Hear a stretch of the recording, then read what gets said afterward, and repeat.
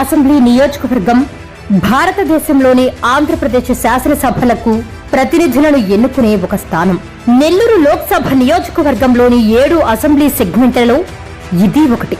2,64,629 మంది ఓటర్లను ఈ నియోజకవర్గం కలిగి ఉంది. విడవలూరు, కొడవలూరు, కోవూరు, బుచ్చిరెడ్డిపాలెం, ఇందుకూరుపేట మండలాలు కోవూరు నియోజకవర్గ పరిధిలోకొస్తాయి. ఆంధ్రప్రదేశ్ ఉమ్మడి మద్రాసు రాష్ట్రంగా ఉన్నప్పుడు 1952వ సంవత్సరంలో కోవూరు నియోజకవర్గం స్థాపించబడింది. ప్రస్తుతం ఆంధ్రప్రదేశ్ శాసనసభకు ఇది 116వ నియోజకవర్గం. ఈ నియోజకవర్గానికి రిజర్వేషన్ లేదు. ఏ కులానికి చెందిన పురుషులైనా స్త్రీలైనా కోవూరు నియోజకవర్గం నుండి ఎమ్మెల్యేగా పోటీ చేసేందుకు అర్హులే. ఇదంతా మనం ఎందుకు తెలుసుకుంటున్నామంటే, ఇప్పటి వరకు బసవరెడ్డి శంకరయ్య, రేబాల దశరథరామిరెడ్డి, వెంకురెడ్డి, పెళ్లకూరు రామచంద్రారెడ్డి, నల్లపరెడ్డి శ్రీనివాసులరెడ్డి, నల్లపరెడ్డి ప్రసన్నకుమార్ రెడ్డి, పోలంరెడ్డి శ్రీనివాసులరెడ్డి లాంటి పురుషులే పలు పార్టీల తరఫున కోవూరు నియోజకవర్గ ఎమ్మెల్యేలుగా ఎంపికవుతూ వచ్చారు. అయితే 2024 శాసనసభ ఎన్నికలు ఈ రికార్డును తిరగరాశాయి. తొలిసారి ఓ మహిళ కోవూరు నియోజకవర్గం నుండి ఎమ్మెల్యేగా ఎన్నికయ్యారు. దాదాపు 30 సంవత్సరాల కాలంలో 6 సార్లు ఎమ్మెల్యేగా, ఒకసారి కేబినెట్ మంత్రిగా కొనసాగిన నల్లపరెడ్డి ప్రసన్నకుమార్ రెడ్డిని ఆమె ఎన్నికలలో ఓడించి విజయం సాధించారు. ఆమె వేమిరెడ్డి ప్రశాంతిరెడ్డి. లేచింది మహిళా లోకం, దద్దరిల్లింది పురుష ప్రపంచం. లేచింది నిద్ర లేచింది మహిళా లోకం. ప్రశాంతిరెడ్డి రాజకీయ పోటీ నల్లేరు మీద నడకలా సాగలేదు.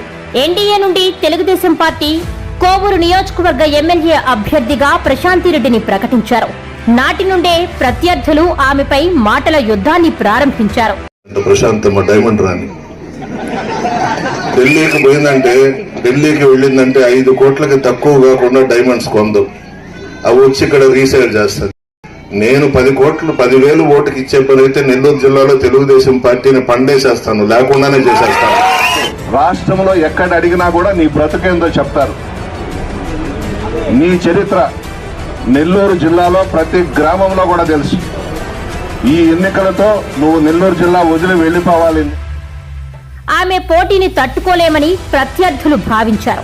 మానసిక క్షోభకు గురిచేసి కోవూరు నియోజకవర్గ ప్రజలు ప్రశాంతిరెడ్డిని అసహ్యించుకునేలా చేయడమే లక్ష్యంగా పెట్టుకున్నారు. తమ ప్రచారంలో సైతం బహిరంగంగా ప్రశాంతిరెడ్డిపై వ్యక్తిగత దూషణలు చేశారు. సోషల్ మీడియాని వేదికగా వాడుకున్నారు. అయినా ఎక్కడా ప్రశాంతిరెడ్డి అదరలేదు, బెదరలేదు. వైసీపీ అరాచక పాలనను నిలదీశారు. ఏం మాట్లాడుతున్నారు మీరు? అసలు మీకేమన్నా అర్థమవుతుందా? నాకు ఎప్పుడో అర్థమైపోయింది. ప్రసన్న ఫ్రస్ట్రేషన్ లోకి వెళ్ళిపోయాడని చెప్పి ప్రసన్నకి బాయ్ బాయ్ చెప్పే కాలం దగ్గరకు వచ్చింది. బాయ్ బాయ్ ప్రసన్న చెప్పండి. ఎంపీగా వేమిరెడ్డి ప్రభాకర్ రెడ్డి గారిని గెలిపించండి. ఇంకొకసారి ప్రభాకర్ రెడ్డి గారి గురించి అవాకులు చవాకులు పేలితే ఎంపీ గాని ఎమ్మెల్యే గాని ప్రజలే తగిన బుద్ధి చెప్పాలి. క్రమంగా ప్రశాంతిరెడ్డి కోవూరు నియోజకవర్గ ప్రజలలో ఆదరణ పొందారు.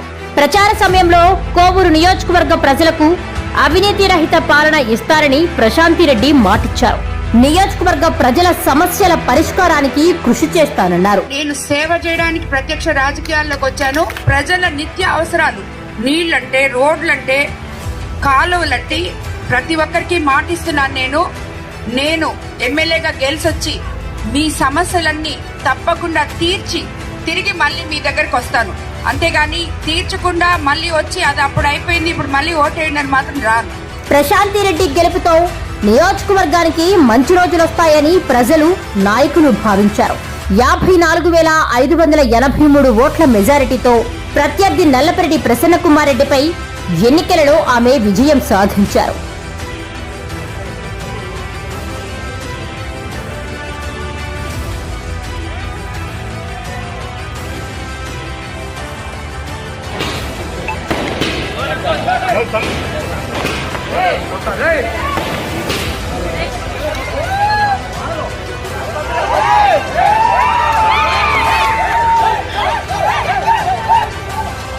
ప్రజలిచ్చిన తీర్పుతో వైసీపీ నాయకులు కంగుతున్నారు. ఎక్కడ పొరపాటు జరిగిందోనన్న ఆత్మ పరిశీలనలో పడ్డారు. అనుకున్నదొక్కటి అయినది ఒక్కటి బోల్తా కొట్టిందిలే బుల్బుల్ పిట్ట అనుకున్నదొక్కటి అయినది ఒక్కటి బోల్తా కొట్టిందిలే బుల్బుల్ పిట్ట